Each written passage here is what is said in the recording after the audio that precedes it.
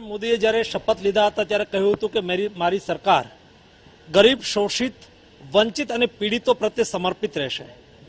આ વાતને ચરિતાર્થ કરવા માટે અત્યારે આયુષ્યમાન ભારત યોજનાના માધ્યમથી 10 કરોડ ફેમિલી, 50 કરોડ લોકોને આજે હેલ્થ સિક્યુરિટી પ્રાપ્ત થઈ ચૂકી છે।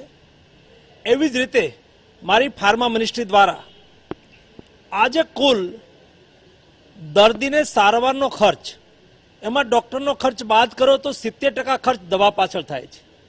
લોકોને સસ્તી દવા મળે એના માટે આખા દેશની અંદર 5000થી વધારે જનઔષધિ કેન્દ્રના માધ્યમથી ગરીબ અને મધ્યમ વર્ગના લોકોને એકદમ સસ્તા દરે ક્વોલિટી દવાઓ ઉપલબ્ધ કરાવવામાં આવી રહી છે।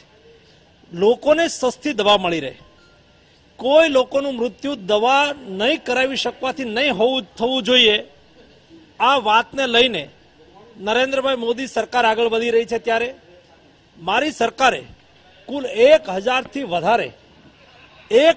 વધારે દવાઓના પ્રાઇસ કેપ કર્યા છે અને ગઈકાલે એટલે કે 8મી તારીખે આખા દેશની અંદર કેન્સરની 42 દવાઓ, કેન્સરની દવાઓ ખૂબ મોંઘી હોય છે, આ દવાઓના પ્રાઇસ અમે કંટ્રોલ કર્યો છે।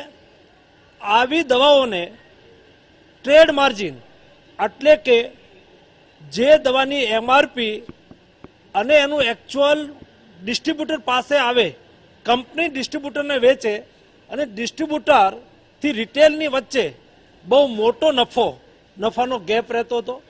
આને કંટ્રોલ કરવા માટે અમે ટ્રેડ માર્જિન ફિક્સ કર્યું છે।